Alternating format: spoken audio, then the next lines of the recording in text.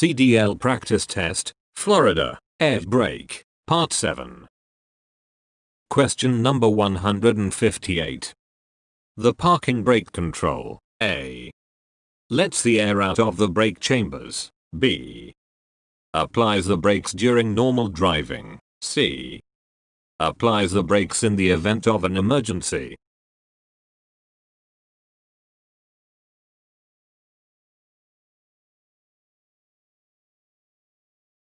The correct answer is here, A. lets the air out of the brake chambers. Explanation. When you apply the parking brake control, air is released from the brake chambers, causing the springs to apply the brakes and hold your vehicle in place. Question number 159. The most common type of foundation brake found on vehicles with air brakes is the A. wedge brake, B. S-cam drum brake, C. disc brake.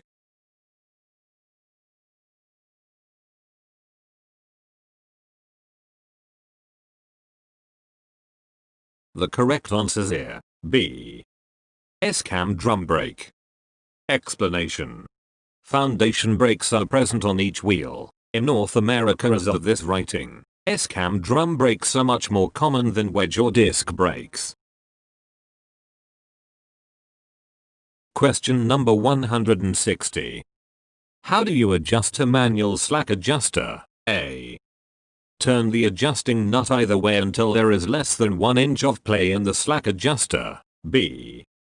turn the adjusting nut to move the end of the slack adjuster toward the air chamber until the nut stops turning. Then turn the nut the other way to move the brake shoes away from the inside of the brake drum. C. turn the adjusting nut to move the end of the slack adjuster away from the air chamber as far as it will go. Then turn the nut the other way to move the brake shoes toward the inside of the brake drum.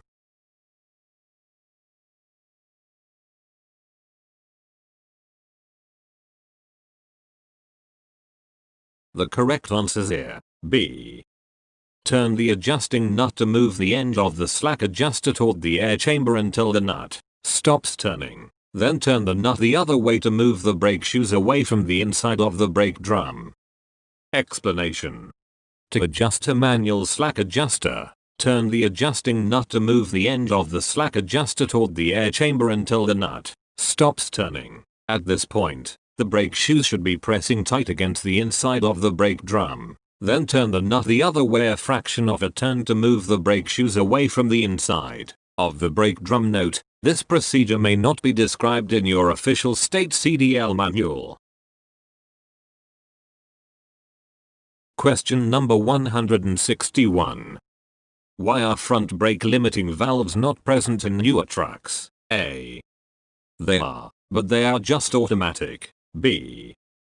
the braking systems of newer trucks are incompatible with front brake limiting valves. C.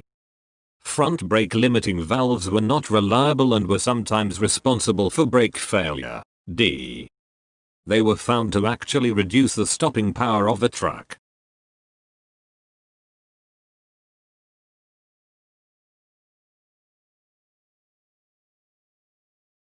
The correct answer is here, D. they were found to actually reduce the stopping power of a truck. Explanation.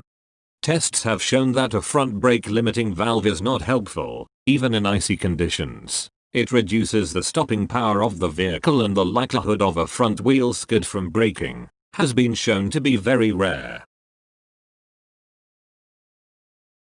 Question number 162. Pressing and releasing the brake pedal unnecessarily can A. add more air to a brake system, B. make the brake pedal harder to depress, C. create a loud noise, D. release air faster than it can be replaced.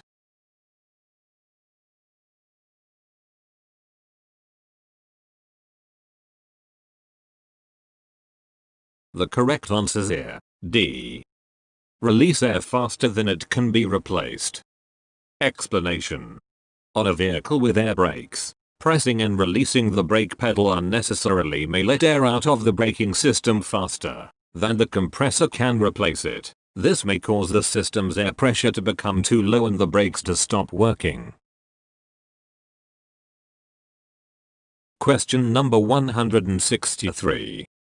An alcohol evaporator in an air brake system, A, makes the brakes work without squeaking, B, lubricates parts of the braking system, C, prevents ice from forming in the braking system.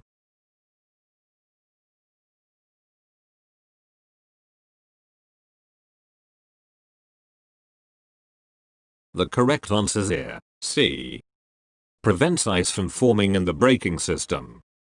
Explanation. Some air brake systems include an evaporator that introduces alcohol into the system. The alcohol can help prevent ice from forming within the system. Question number 164. What should be done when the low air pressure warning buzzer and warning light first come on? A, let the vehicle coast until the emergency braking system safely brings it to a stop. B, immediately use the emergency braking system. C, continue to the nearest convenient stopping point as the service braking system will retain enough functionality to drive safely for a short time. D, safely bring the vehicle to a stop while the service brakes are still functional.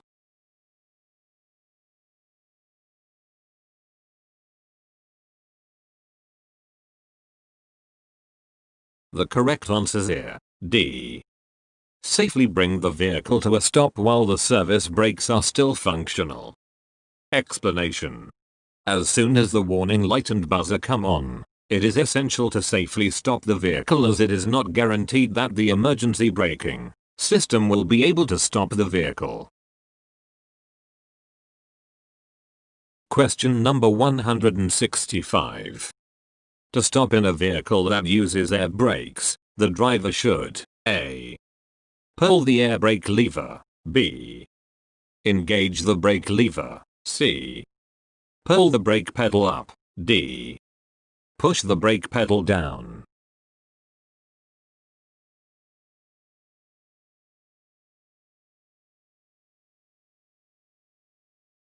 The correct answer is here, D, push the brake pedal down. Explanation. To make a normal stop in a vehicle with air brakes, push the brake pedal down. The harder the pedal is pressed, the more air pressure is released. Question number 166. What are spring brakes? A, they are the cam-laster brakes. B, they are the springs on the brake pedal. C, if the air brakes leak down, springs apply the brakes to stop the vehicle.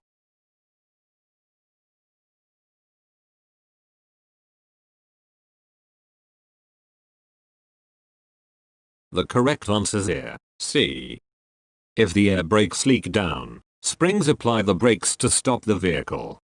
Explanation. Springs brakes will automatically come on if air pressure in the tanks drop too low and will not be able to stop the vehicle. They are used as emergency brakes and parking brakes. Question number 167. At 55 miles per hour on dry pavement, the air brake lag distance is about A, 45 feet, B, 65 feet, C, 32 feet.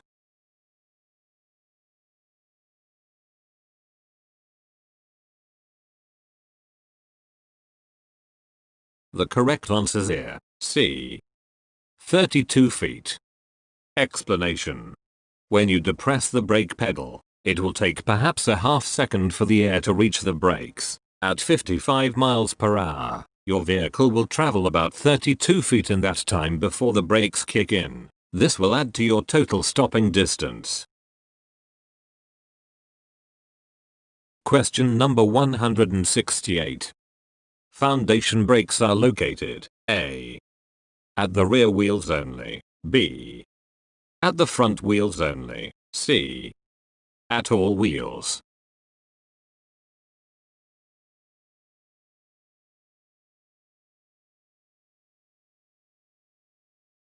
The correct answers here. C. At all wheels. Explanation. Foundation brakes are found at each wheel. The most common type of foundation brake is the S-cam drum brake. Question number 169. Most heavy-duty vehicles nowadays have a dual air brake system. What is a dual air brake system? A. Two air brake systems that share the same set of air tanks. B. A primary air brake system for everyday use and a secondary air brake system only for emergencies. C. Two air brake systems with separate sets of controls. D. Two separate air brake systems that use a single set of brake controls.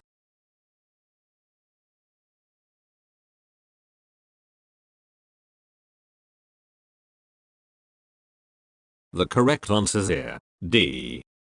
Two separate air brake systems that use a single set of brake controls. Explanation. Dual air brake systems are used by most new heavy-duty vehicles to increase safety. They use two separate air brake systems with a single set of brake controls. Question number 170. The service brake system. A. Applies and releases the parking brakes. B. Applies and releases the emergency brake. C. Applies and releases the axle brake. D. Applies and releases the brakes when you press the brake pedal while driving normally.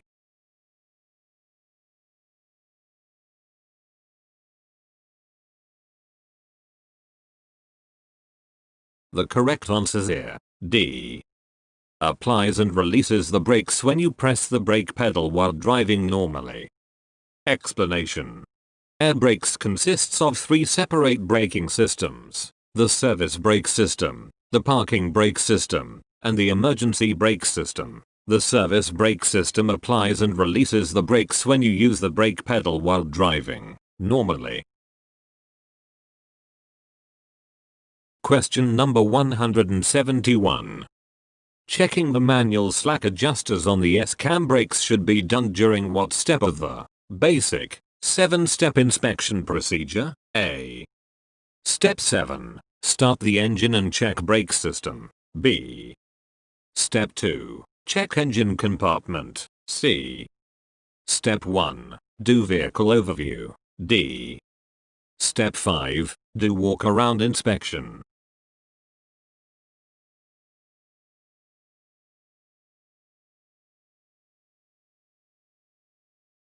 The correct answers here. D.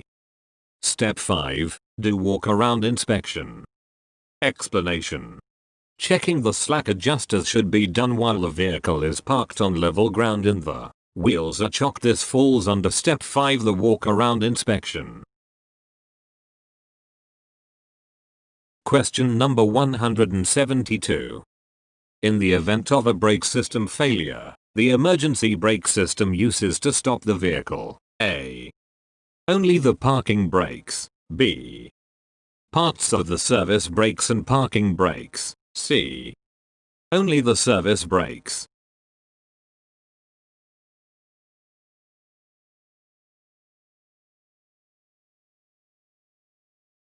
The correct answers here. B. Parts of the service brakes and parking brakes. Explanation.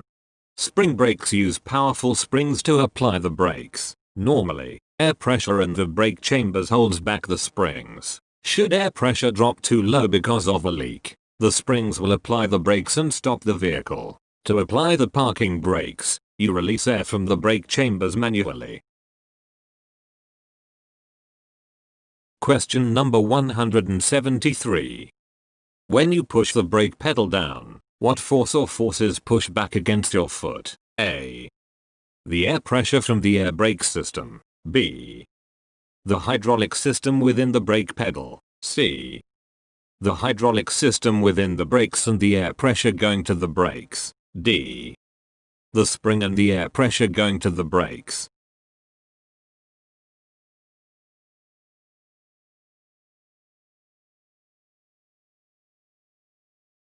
The correct answers here. D. The spring and the air pressure going to the brakes. Explanation. When you push on the brake pedal, two forces will resist your foot. These two forces are the spring in the physical pedal and the air pressure coming from the air brake system. Question number 174. If a malfunction causes the air compressor to stop working, A. You will have just enough air in the storage tanks to apply the air brakes once. B.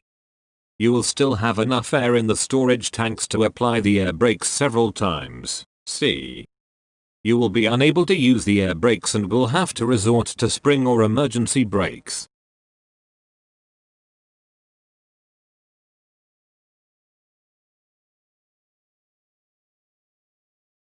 The correct answer here, B. You will still have enough air in the storage tanks to apply the air brakes several times. Explanation. The air storage tanks hold enough air for you to apply the air brakes several times. Question number 175. What are forced away from each other and against the inside of the brake drum by the S-cam? A. The brake seals. B. The brake boots. C. The brake rings. D. The brake shoes.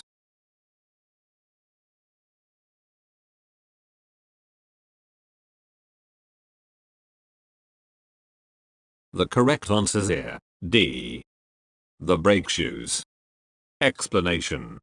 The twist of the brake camshaft turns the S-cam. This causes the brake shoes to be pushed away from each other and against the inside of the brake drum. Question number 176. What happens if the air pressure in a system's air tanks falls below 60 C? A. The vehicle will not shift out of gear. B. The front lights will flash. C. The vehicle should stop. D. A warning light will come on.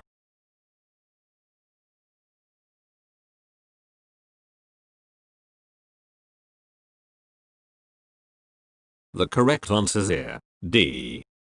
A warning light will come on. Explanation. In an air brake system, a low pressure warning signal should activate if the pressure in the air tanks falls to a level below 60 C. This signal may be in the form of a warning light or a wigwag. Question number 177. What is the correct way to slow down a large vehicle on long downgrades? A. Use controlled braking. B. Use exhaust braking. C. Hold the brakes down firmly. D. Use a low gear and driving more slowly.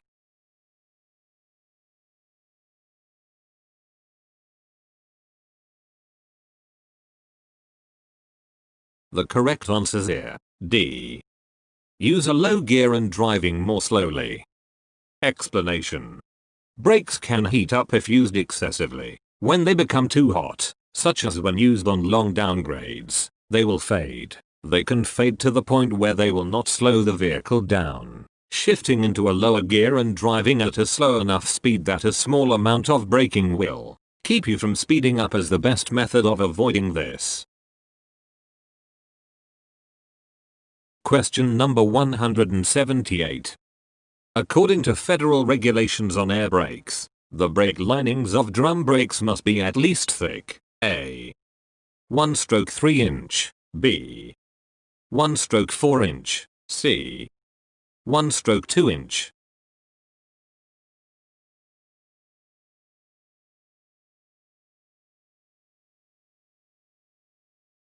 The correct answer is here, B. 1/4 inch. Explanation. According to federal regulations on air brakes, the brake linings of non-steering axle brakes must be at least 1/8 inch thick for disc brakes or at least 1/4 inch thick for drum brakes. The brake linings of steering axle drum brakes can be thinner. Question number 179. Excessive use of the service brakes may result in overheating, which can lead to A. Expansion of the brake drums. B. Increased contact between the brake drums and the brake linings. C. Improper adjustment of the S-cams.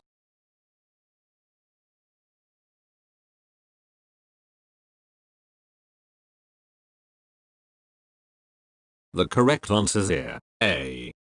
Expansion of the brake drums. Explanation.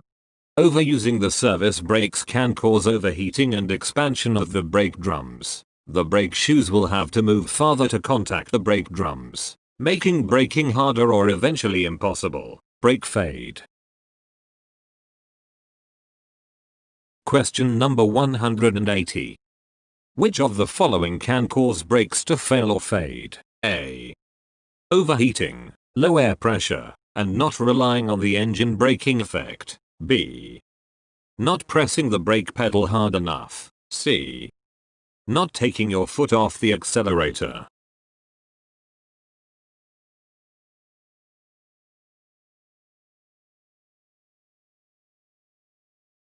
The correct answers here. A. Overheating, low air pressure, and not relying on the engine braking effect. Explanation. Low air pressure causes your service brakes to fail. Using brakes that have overheated can cause damage resulting in brake failure, and having brakes gradually out of alignment can cause brake fade. Question number 181. To correct a drive wheel braking skid, you should A. Brake harder. B. Brake harder, turn quickly, and come to steer. C. Stop braking, turn quickly, and come to steer.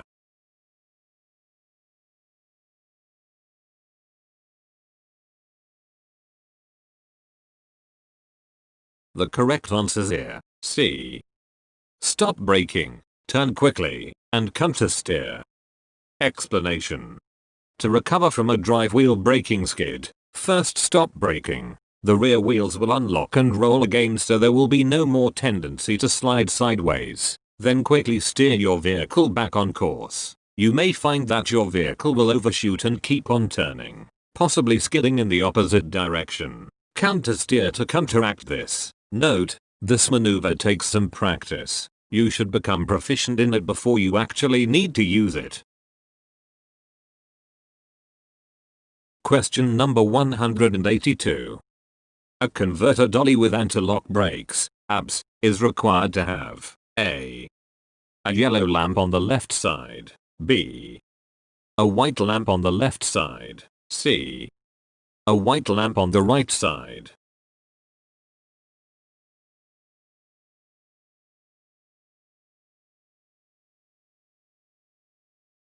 The correct answers here. A.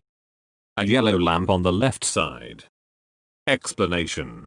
A converter dolly with anti-lock brakes is required to have a yellow ABS lamp on its left side. All converter dollies built since the 1st of March, 1998 have anti-lock brakes.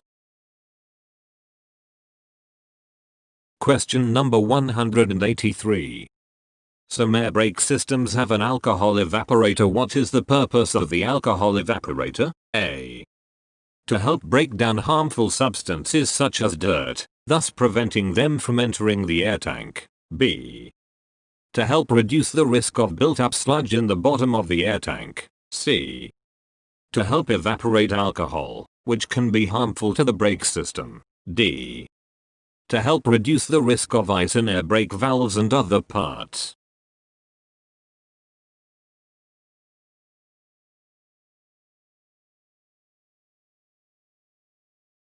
The correct answers here. D.